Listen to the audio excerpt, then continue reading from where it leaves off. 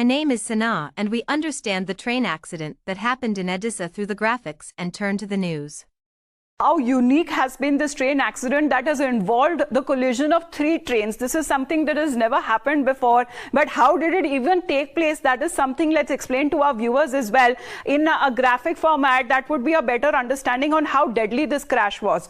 When it comes to the Balasore area in Odisha, we are looking at the Coromandel Express. As far as the Chennai Coromandel Express, that had crashed into a stationary goods train and had led to at least 10 or 12 of its coaches to actually derail and move on to the opposite track as well. And on the opposite track, that was the Bengaluru-Howrah high speed, the super fast train that was coming on the other adjoining track, and thereafter it crashed into those tracks, the bogies that had derailed from the other 2 trains as well. So this is a collision, and you can imagine the impact of the collision, because the trains, they were super fast trains and traveling at the speed of several hundred kilometers an hour, and this is the result that really came out of it. We have made the marking so you can understand from the bird's eye view how devastating its impact has been. Several of those bogies that has been crushed, and they have been mangled so bad that the use of gas cutters and welding machines that are being used by the NDRF to actually reach out to those people who are still said to be trapped under the train debris.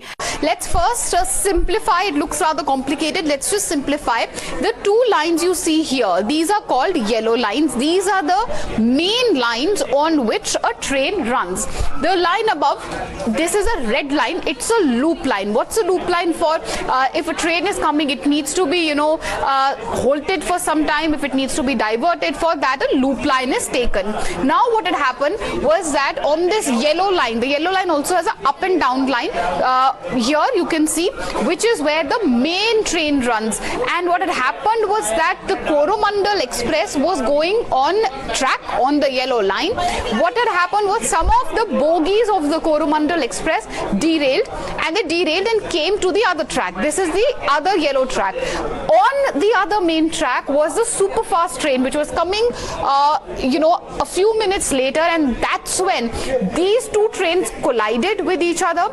Such was the impact, because imagine the speed, 120 km/h was the speed of the Coromandel Express. The other was a super fast train. So such was the speed, and it happened within seconds that the coaches of the Coromandel Express were literally flung on the air. They fell down on the red or the loop line, which is where a stationary, I repeat, a stationary goods train was parked, and there was a collision, hence leading to the high death toll. So this is how the 3-train collision took place. Let me simplify and summarize it once again. On the main yellow track was the Coromandel Express.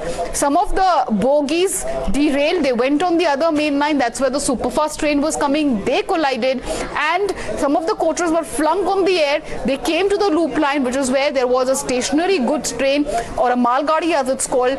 That is where the second collision happened, leading to such a high death toll.